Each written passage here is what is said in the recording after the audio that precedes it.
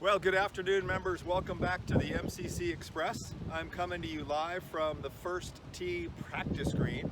I'm joined here by Luis Ballesteros, and not to age Luis at all, but I think he is on his 56th aerification. And so we do a spring and a fall aerification. This is our fall aerification.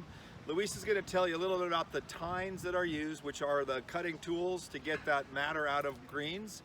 And then talk a little bit about the purpose of aerification, and then also how much sand we put down on our tees and greens and fairways. So, Luis, the story's all yours. So tell me a bit about what you got in one hand. Those are the tines that take away matter and grass and dirt and sand and all that stuff. All right, first of all, thank you for having me over here, Eric, and allow me to talk to the membership.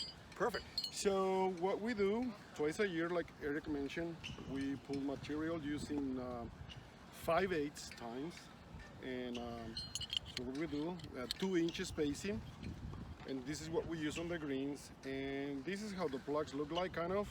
They broke off already, but they are usually about 4 to 5 inches long. And then once we remove the material from the top of the green, then we come back and top dress the greens. Just to give you an idea, we have about 4 acres of greens, and we use about 100 tons of sand. 100 tons of sand, yes. After you airify. So Correct. the definition, and some of you say, man, the greens are in great shape. You guys always tear them up at the best time of the year.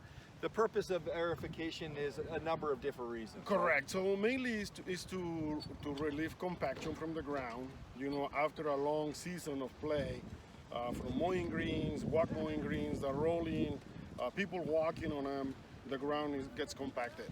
So what we want to do is we want to make sure that the roots thrive and water infiltration improves, and as well as nutrients. And at the end of the day, is for the health of the turf. Perfect. And then I know the age-old question of, how long do these things stay this way? What's usually the process? I know word on the street, we always say give it a couple weeks, and that's really a realistic time frame. It's great weather to grow grass right now. October can be really super good.